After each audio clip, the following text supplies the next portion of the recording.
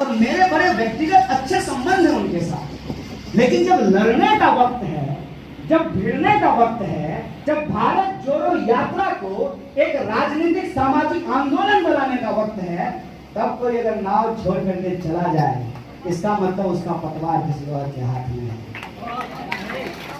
मैं कहता हूं कि ये मैं अपील कर रहा हूं, हमारी पार्टी अपील कर रही है कि भारत जोड़ो यात्रा हम कांग्रेस के बैनर के लिए नहीं कर रहे हैं साहब, कांग्रेस का झंडा लेकर के नहीं कर रहे हैं। हम देश के तिरंगे की शान को झुकने नहीं देना चाहते हैं।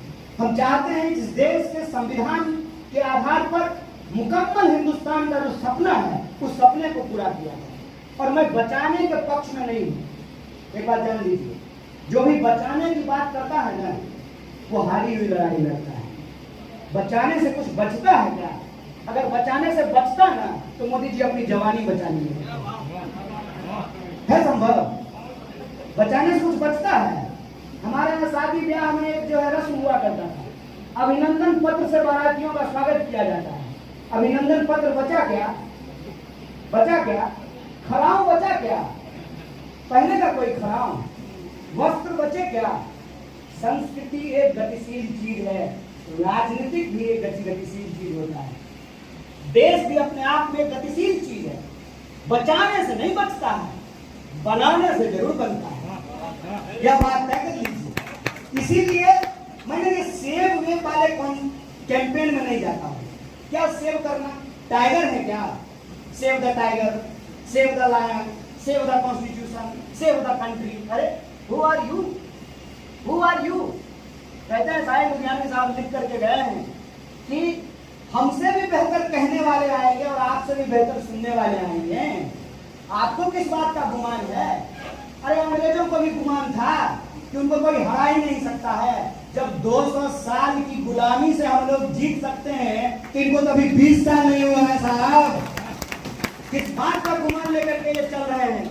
मैं कहता हूं कि अपने अपने हिस्से की लड़ाई लड़ी जाए और देश बनाने के लिए लड़ा जाए।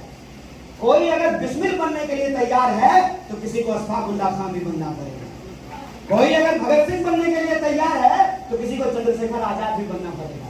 कोई अगर जेल में बंद है, तो किसी को सड़क पे निकल करके भी लोगों के हकूक की बात करनी पड़ेगी।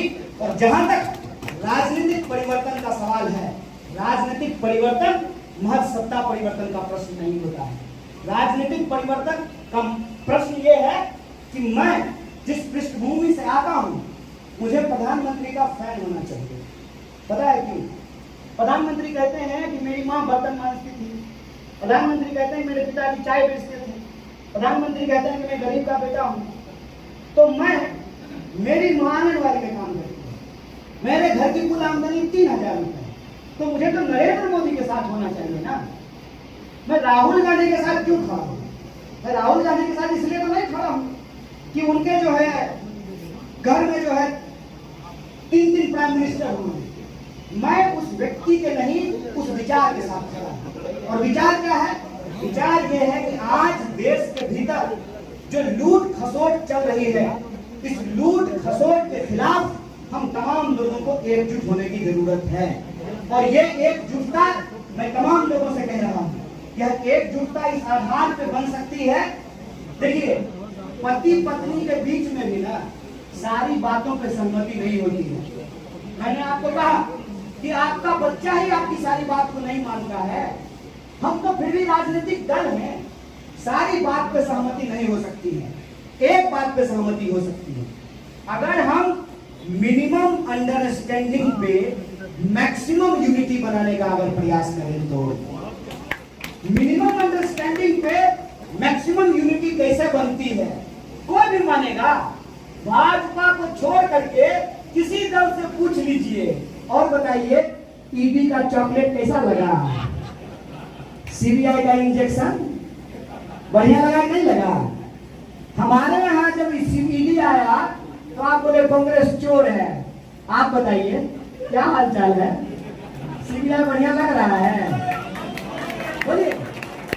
राजनीतिक संस्कृति का प्रश्न है ना, और राजनीतिक संस्कृति की बात कीजिए।